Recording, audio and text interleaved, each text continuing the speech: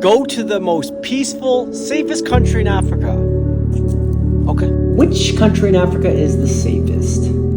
Turns out Namibia is one of the safest, and I've never been there, so I took a taxi and got to the airport. I also learned that Namibia is ranked the most gender-equal country in Africa, and 8th in the world. Here we go, I boarded my flight to Windhoek, the capital city of Namibia. All the desert views out the window, we made our descent, landed in Hosea Kutako Airport, jumped on a bus and headed straight out to the national parks to see some animals. One reason Namibia is so safe because the population density is so low. However, to make up for the lack of people, there's plenty of elephants, but there's one thing majorly wrong. They have 5 legs. So I'm not sure how safe this place is with these deformities going around.